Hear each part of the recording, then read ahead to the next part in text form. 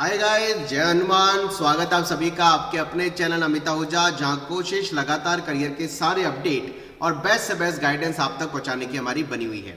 Guys, JEE main 2023 का exam जो कि 24 से 31 ऑफ जनवरी की बीच प्रपोज्ड है, अब इस एग्जाम के लिए करीबन 6 डेज का टाइम आप सभी के पास बचा हुआ है। तो इन 6 दिनों में क्या कुछ हम चीजें ध्यान में रख के चलें और कुछ ऐसी बातें जो अगर हम ध्यान में रख करके चलते हैं जिसका हमें हो सकता है कि हमारी एकेडमिक परफॉर्मेंस के अलावा भी अगर इन बेसिक चीजों का हम ध्यान रखते हैं तो हमारे मार्क्स को हम और अच्छा पूरे तरीके से बढ़ा सकते हैं और जो हमारी एक्चुअल मेहनत हमने अभी तक करी है उसके हिसाब से बेस्ट आउटपुट निकाल सकते हैं। लास्ट के डेज में हर किसी बच्चे को अपने एग्जामिनेशन पेपर को लेकर के चिंता होती है, वरी होती है और उस वजह से वो पूरा फोकस और उसका पूरा कंसंट्रेशन जो है अच्छे तरीके से मेकअप होता है। यानी लास्ट के डेज में एक नॉर्मल स्टूडेंट का कह दीजिए, पढ़ने वाले स्टूडेंट का कह दीजिए, उसका फोकस, उसका कंसंट्रेशन लेवल सबसे ज्यादा देखने को मिलता है। तो लास्ट के डेज में आप सभी को क्या कुछ ऐसा करना चाहिए। लास्ट के डेज में आप सभी को जितनी भी मिस्टेक आपसे, चाहे वो छोटी मिस्टेक हो, क्वेश्चन सॉल्व करने को लेकर के मिस्टेक हो, आपने जहां जहां भी मॉक टेस्ट दिए हैं, पेपर्स दिए हैं, उसके अंदर की गई मिस्टेक्स हो, या फिर आपने कहीं शॉर्ट नोट्स में छोटी छोटी मिस्टेक को लिख रखा है, या फिर आपने शॉर्ट नोट्स में इंपॉर्टेंट, वेरी इंपॉर्टेंट टॉपिक्स को लिख रखा है, उन सभी को एक बार देखना और समझना बहुत ज्यादा जरूरी हो जाता है। आपने कोई भी सिलेबस, कोई भी टॉपिक को पूरे तरीके से पढ़ रखा है, लेकिन अगर उस टॉपिक में कोई भी ऐसी छोटी छोटी मिस्टेक जो आपसे पिछले कई दिनों में या कभी भी आपने किसी भी तरीके से की है, अगर आप लास्ट टाइम में उसको रिकॉल करते हुए एक बार देख लेते हो तो वो एग्जाम टाइम में आपको परेशान नहीं करती। और अगर ऐसे ही क्वेश्चन एग्जाम में आए और वहां भी आपसे गलती होगी तो पूरा सिलेबस को पढ़ा हुए का कोई फायदा नहीं होता। यानी अगर हम छोटी छोटी मिस्टेक जो भी हमने की है लास्ट के डेज में, जब हमारा कंसंट्रेशन और फोकस लेवल सबसे ज्यादा होता है, हम एक बार उसको देख लें तो एग्जाम टाइम में हमसे नहीं होगी। और एक्चुअल देखा जाए तो आपने कभी भी कोई मिस्टेक अगर की हुई है, वही मिस्टेक आपको एग्जामिनेशन टाइम में भी परेशान करती है। तो उसको जरूर लास्ट टाइम में देख लीजिए। आपने कहीं पर भी कोई भी छोटी मिस्टेक कर रखी है जो आपको रिकॉल होती है, आपने कहीं नोट कर रखी है, क्वेश्चन सॉल्व करने में नोट कर रखी है, जितने भी आपने टेस्ट दिए वहां पर जो जो भी मिस्टेक आपने कर रखी है उसको एक बार पेपर से पहले इन दिनों में जरूर देख लें। बहुत से बार ऐसा होता है लास्ट टाइम के अंदर हमारे दोस्त या हमारे कुछ रिलेटिव्स ऐसे मिल जाते हैं जो केवल नेगेटिव वाइब्स क्रिएट करते हैं, या बच्चे भी जो आपस में होते हैं वो कहते हैं यार मेरा तो कुछ पढ़ा नहीं, मेरा पता नहीं क्या होगा, हमारा तो अभी तक हमारा सिलेबस ही नहीं हुआ। और वो आपस में डिस्कशन से अननेसेसरी के कॉन्फिडेंस को लूज करते हैं, डिस्ट्रैक्ट होते हैं। ऐसे दोस्तों से, ऐसे रिलेटिव से लास्ट टाइम में आप सभी को बचना चाहिए। अगर आपको लग रहा है कि कोई नेगेटिव बात कर रहा है, चाहे वो आपका दोस्त हो, चाहे वो कोई भी आपका रिलेटिव हो, उनसे इन कुछ दिनों में दूरी बना लीजिए और अपनी पढ़ाई पे सिस्टमैटिकली फोकस कर लीजिए।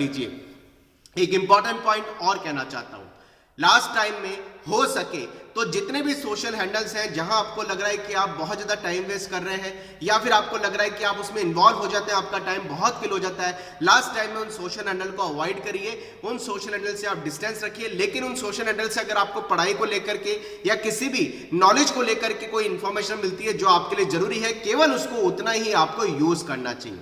लास्ट टाइम में, लास्ट के दिनों में आपको अपनी बॉडी के जो बायोलॉजिकल क्लॉक है उसको सिस्टमैटिकली ऑर्गेनाइज करना चाहिए। आप सभी को पता है कि आपका एग्जाम मॉर्निंग शिफ्ट के हिसाब से 9 से 12 और इवनिंग शिफ्ट के हिसाब से 3 से 6 होने वाला है। तो इस समय अपनी बायोलॉजिकल बॉडी क्लॉक को कुछ ऐसे ऑर्गेनाइज करिए, ऐसे मेंटेन करिए कि इस समय 9 से 12 और 3 से 6 में आप पूरे तरीके से फोकस रहें, आप पूरे तरीके से एनर्जाइज रहें और आप पूरे तरीके से इस समय को यूज करने के हिसाब से अपनी बॉडी की बायोलॉजिकल क्लॉक को बनाइए। और हो सके तो इस समय रियल टाइम प्रैक्टिस करिए, क्योंकि अभी आपको पता नहीं कि आपके एग्जामिनेशन शिफ्ट 9 से 12 आने वाली है। वो तो जब आपका एडमिट कार्ड आएगा, एडमिट कार्ड आपका एक दिन में रिलीज होने वाला है, और 3 से 6 आने वाली अभी क्लियर नहीं है। लेकिन आप 9 से 12 और 3 से 6 के हिसाब से कुछ इस स्लॉट के हिसाब से अपनी बॉडी के बायोलॉजिकल क्लॉक को बिल्कुल ऑर्गेनाइज करके रखिए, ताकि एग्जाम टाइम में आप रियल टाइम प्रैक्टिस चालू करिए, ताकि आप एग्जाम टाइम में उसी फील्ड के हिसाब से पूरी एनर्जी से इस सिस्टमैटिकली अपने एग्जाम को दे पाए। ये आपको लास्ट टाइम में करना बहुत ज्यादा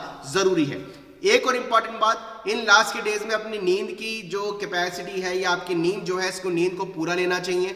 हम बहुत बार देखते हैं बच्चे लास्ट के डेज आते हैं, एंग्जाइटी में आ जाते हैं, परेशान होते हैं। ऐसा मत करिए। अगर आपकी नींद पूरी होगी तो आपकी बॉडी और आपका माइंड जो है सिस्टमेटिकली काम करेगा। इसलिए प्लीज नींद को पूरा लीजिए। फूड हैबिट को सुधारिए। इस समय जंक फूड से या किसी भी ऐसे फूड से जिससे आपका डाइजेशन खराब हो, बॉडी के अंदर लेजीनेस रहती हो, उस जंक फूड से या फिर थोड़ा सा कह सकता हूं कि चाइनीज फूड से थोड़ा सा बचिए।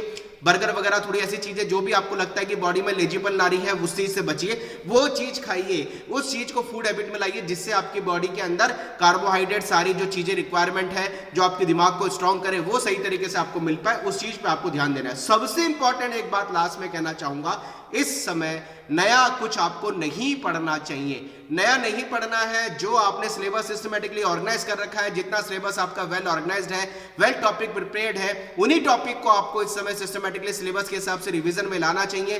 पूरा सिलेबस किसी बच्चे का नहीं होता है। पूरा सिलेबस करने से आपको बचना चाहिए। आपको नया कुछ नहीं पढ़ना चाहिए। नया पढ़ेंगे तो अननेसेसरी खुद पे कॉन्फिडेंस वीक होगा, यार ये भी नहीं आता, ये भी नहीं आता। छोड़िए। जो सिलेबस आपका सिस्टमेटिकली प्रिपेयर्ड है, जो सिलेबस पे आपका सुपर कमांड है, उसी सिलेबस को आप सिस्टमेटिकली रिवीजन में लाइए, ताकि आपके एक्चुअल पढ़े हुए सिलेबस में से ही आपका एग्जाम टाइम में आउटपुट भी आता है। और देखिए, एग्जाम में 75 क्वेश्चन आने हैं। इन 75 क्वेश्चन पे 75 क्वेश्चन सबको आ जाए ऐसा होता नहीं है। 75 क्वेश्चन में से आपको करने वो क्वेश्चन होते हैं जो क्वेश्चन आपसे सिस्टमेटिकली सही हो पाए और जिनमें आपका कमांड अच्छा बना हुआ है और जिन टॉपिक के हिसाब से या जिन क्वेश्चन के हिसाब से आपके नॉलेज भी स्ट्रांग है। इसलिए 75 क्वेश्चन आपको नहीं करने, यानी 100% सिलेबस के पीछे नहीं भागना है।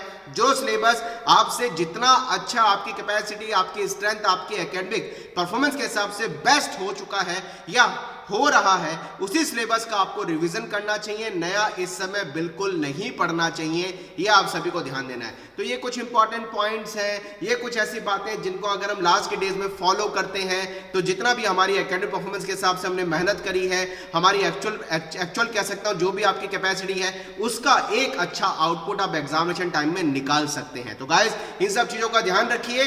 फूड हैबिट सुधारिए, नींद पूरी लीजिए।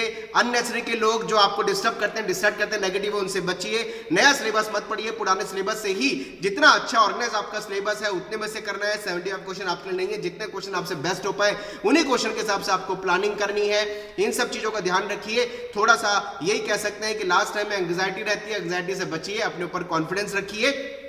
और यही बात कह पाऊंगा कि फोकस और कंसंट्रेशन लेवल इस समय स्ट्रांग होता है। इसलिए छोटी छोटी मिस्टेक पे काम करिए, आपका एग्जाम अच्छा होगा, ऐसी हमारी उम्मीद है। आपके एडमिट कार्ड जल्द रिलीज होने वाले हैं। जैसी कोई और अच्छी अपडेट आती है आप तक पहुंचाने की पूरी कोशिश करूंगा। चैनल पर नए हैं तो मेक श्योर इसको सब्सक्राइब कर लीजिए, क्योंकि यहां पर आपको पल पल के अपडेट के साथ जितनी भी अथॉन्टिक इन्फॉर्मेशन है वो टाइमली मिलती रहेगी। कमेंट बॉक्स में लिखिए आपका सिलेबस कितना प्रिपेयर्ड है, आप जेईई में जनवरी के लिए कितना फोकस्ड है, कितना अच्छे तरीके से ऑर्गेनाइज है, कितना अच्छे तरीके से प्रिपेयर्ड है। कमेंट बॉक्स में जरूर लिखिए। Wish you all the best. मेहनत करते रहिए। जय Hanuman. Bye bye. Thank you very much.